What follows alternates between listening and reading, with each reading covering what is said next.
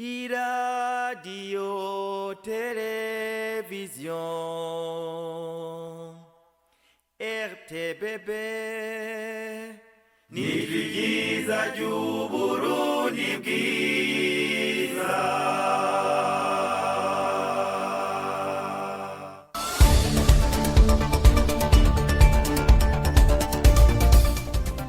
Bakunzi b'insamizi vyiza vy'Uburundi muri ko muradukurikirana ikaba nimbonesha kurikorera ku buhinga bwa none turabahaye ikaze muri ano makuru tubashikirize ayo na makuru nayo mukaba mugire mu yashikirizwe na Alexis mubona ku buhinga bw'ivyuma harakaba hariho Natani Ntunzwe n'Imana na Deborah Ntakiyisumba mukanya ingingo nkuru ziyagitse. Radio Television RTBB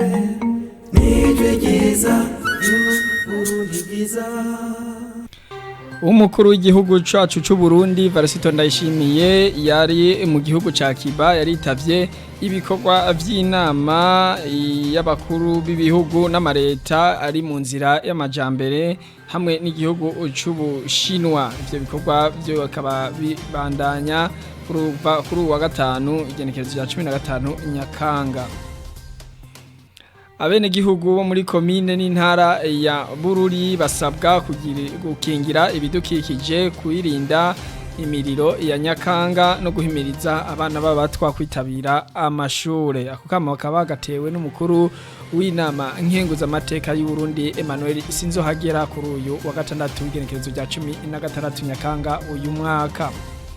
Kugira umutima umwe gukundana bagatezanya imbere ni imwe mu mpanuro icegera ca kabiri c'umukuru w'inama nshingamateka Abel Gashatsi yahaye abenegihugu mu ntara ya Karusi kuri uyu wa gatandatu mu gihe yari karifatikanya nabo mu bikorwa byo kubaka ikibuga ca kijambere cyo ku mugwa mukuru w'intara ya Karusi. Aya n'ayandi emukanya.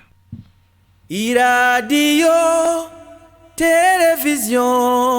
Television RTBB Nijwi ryiza ry'Uburundi bwiza. Turasubiye rero kubaha ikaze muri ano makuru nariko ndababarira yuko umukuru w'igihugu cacu c'u Burundi Varisito Ndayishimiye yari mu gihugu ca Cuba yari yitavye kuri wa gatanu igenekerezo rya 15 Nyakanga ibikorwa vy'inama y'abakuru b'ibihugu n'amareta bikiri mu nzira y'amajambere hamwe n'igihugu c'Ubushinwa. Iyo nama ikaba yari kirabera irahavane muri Cuba ikaba yishimikiye ku ruhara rw'ibisata vy'ubushakashatsi ubuhinga n'akanovera mu iterambere. Umukuru w'igihugu cacu c'u Burundi Varisito Ndayishimiye yaragendeye kandi kuri uyu wa 14 Nyakanga kaminuza y'ubuvuzi aho iravane muri Cuba akaba yarashimiye abarongoye iyo kaminuza kunyigisho z'akanovera baha ugwaruka harimwo n'abagwaruka rw'i Burundi basanzwe biga muri iyo kaminuza ngo gwaruka rw'u Burundi rusanzwe rwiga ngaho rukaba rwahanuwe kugumana imico n'akaranga ko gukunda igihugu hamwe n'akarangamutima k'umurundi. Abenegihugu bo muri komine n'intara ya Bururi basabwa gukingira ibidukikije mu kwirinda imiriro ya Nyakanga no guhimiriza abana b'abatwa kuja ku mashure. Ako kamo bagatewe n'umukuru w'inama Nkenguzamateka y'u Burundi Emmanuel Sinzohagera kuri uyu wa gatandatu igenekerezo rya 16 Nyakanga uyu mwaka aho yari mu gutanguza ibikorwa by'ubwubako bw'ibiro by'igipolisi muri iyo ntara. Umukuru w'inama Nkenguzamateka y'u Burundi Sinzohagera agasaba kandi abenegihugu kuguma barikanuye mu guteramira amahoro n'umutekano n'ayimvukira akazisaba gukunda aho zataye uruzogi. Yarangije abemerera imifuko 100 y'isima mu ntumbero yo kubatera intege muri ivyo bikorwa vy'ubwubako batanguye. kugira umutima umwe gukundana bakiteza imbere ni imwe mu mpanuro icegera ca kabiri c'umukuru w'inama nshingamateka y'u Burundi Abel Gashatsi yatanze ku benegihugu bo mu ntara ya Karusi kuri uyu wa gatandatu igenekerezo rya 16 Nyakangu uyu mwaka akaba yari kwifadikanya nabo mu bikorwa rusangi vyo kubaka ikibuga c'inkino ca kijambere kiri ku mugwa mukuru w'iyo ntara. Abel Gashatsi yabandanije abasaba kwirinda abo bacanishamwo kuko bitacubaka igihugu kandi amatora mu Burundi yamaze kumenyerwa.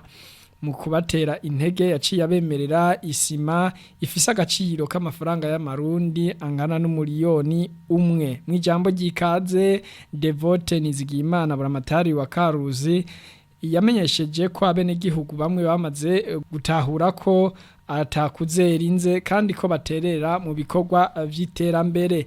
Acahamagarira abatarabikora kubikora nayo imvukira ziba hanze y'igihugu akazishimira ku kuntu zitanga mu iterambere ry'intara. Aya makuru tukaba tuyakesha mugenzi wacu Tade Ntukamazina asanzwe akorera muri iyo ntara ya Karusi.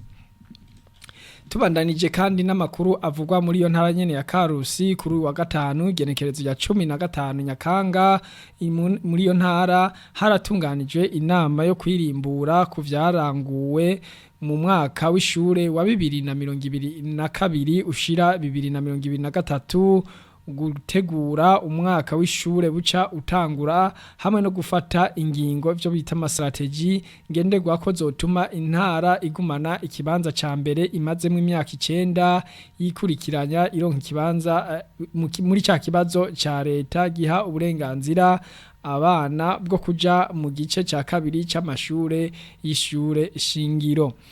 Muri iyo nama yitabwe n'abashingamateka n'abakenguzamateka batowe muri iyo ntara buramatari w'iyo ntara n'imvukira zirangurira iyindi mirimo mu zindi intara. Umuyobozi w'indero muri iyo ntara Ferdinand Havyarimana yamenyesheje ko vyaranze igisata c'indero muri uyo mwaka ari umwete n'ubwira gushira inguvu hamwe kubigisha n'abarezi intwaro abavyeyi n'abaregwa.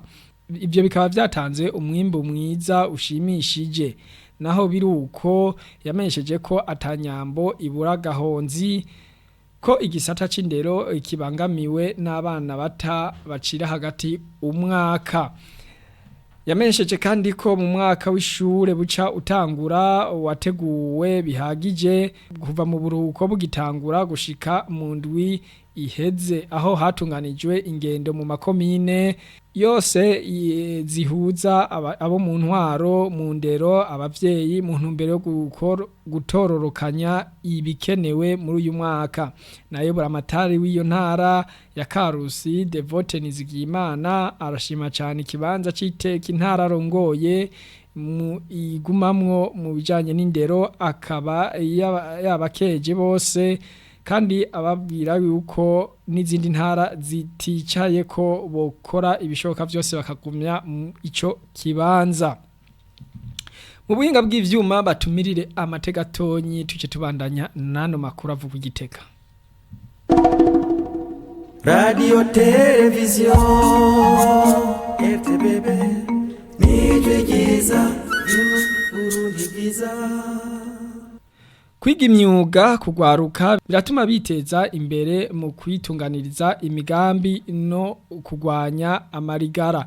Byashikirijwe na Paterne Bingoye arongoye umugambi payeje mu ntara ya Gitega aho yari kuri uyu wa 14 Nyakanga yari gutanguza ibikorwa by'inyigisho kugwaruka go muri komine Giheta bijanye n'umwuga wo gukora amamoto hamwe no guhingura ivyuma vy'amamoto. Ejide Nkuru nziza ajejwe inyigisho mu mugambi payeje yasavye ugo gwaruka kukurikirana neza izo nyigisho ntizizobafe ko busa no kuja mu makoperative kugira ngo boroherwe mu kazi kabo. Tubamenyeshe ko abaziga iyo myuga bazomara iminsi 10 kubiga gukora guhingura ivyuma nayo abaziga gukora amamoto bazomara iminsi 48. Amakuru tuyarangirize mu bavugwa imuyinga muri zone Ruzo aho abenegihugu bo muri zone Ruzo komine Giteranyi intara ya Muyinga bahanzwe n'ibiciro binini byo kwiyunguruza bava aho mu Ruzo baja imuyinga aho bakwa amafaranga angana n'ibihumbi 25 kuri Probox bakaba batabona ingene barungika abana babo mu mashure na nyabujya ko n'ibikoresho vy'amashure navyo nyene bizimvye. Mustanteri wa komine Giteranyi Floride Nduwayezu ukuri wa gatandatu igenekerezo rya 16 Nyakanga yamenyesheje bisamiriza ivyiza vy'Uburundi ikaba nimbonesha kurikorera ku buhinga bwa none ko kuva mu Ruzo uja imuyinga ari ibihumbi 12 gusa ko uwo basaba ayarengayo ntabimenyeshe inzego ataco aba ari karafasha mu kugwanya abo baduza ivyo biciro. Nayo imigambi yo gutanga amazi n'amatara muri zone Ruzo ngo birabandanya. Bakunzi bisamirizi y'ivyiza vy'Uburundi mwariko muradukurikirana aha rero niho tuciye turangiriza ano makuru yacu ariko tubibutse yuko umukuru w'igihugu cacu cy'u Burundi Variston Ndayishimiye ari mu gihugu ca Cuba aho yitavye inama y'abakuru b'ibihugu n'amareta ari mu nzira y'amajambere hamwe n'igihugu cy'Ubushinwa. Abenegihugu bo muri komine n'intara ya Bururi basabwa gukingira ibidukikije kwirinda imiriro ya Nyakanga no guhimiriza abana b'abatwa ngo baje ku mashure. Akama kabagashikirijwe n'umukuru w'inama Nkenguzamateka y'u Burundi Emmanuel Sinzohagera kuri wa gatandatu aho yari kwifatikanya nabo mu bikorwa rusange kugira umutima umwe bagakundana bakiteza imbere rimwe mu mpanuro icegera ca kabiri umuco mukuru w'inama nshingamateka y'u Burundi Abeli Gashatsi yatanze ku bene gihugu bo mu ntara ya Karusi kuri uyu wa gatandatu igenekerezo ya 16 Nyakanga aho yari kwifadikanya nabo mu bikorwa nabo nyene rusangi. Bakunzi bisamiriza ivyiza vy'u Burundi ikaba nimbonesha kurikorera ku buhinga bwa none aha niho tuciye turangiriza ano makuru yacu tukaba tubashimiye ukuntu mwaduteza abiri mukongera mukadukurikirana kuri mikoro ya Alexine mubona nayo kuhinga bw'ivyuma nako ndafashwa na Deborah Ntakisumba ari kumwe na Natane Ntunze n'Imana na Gahwane.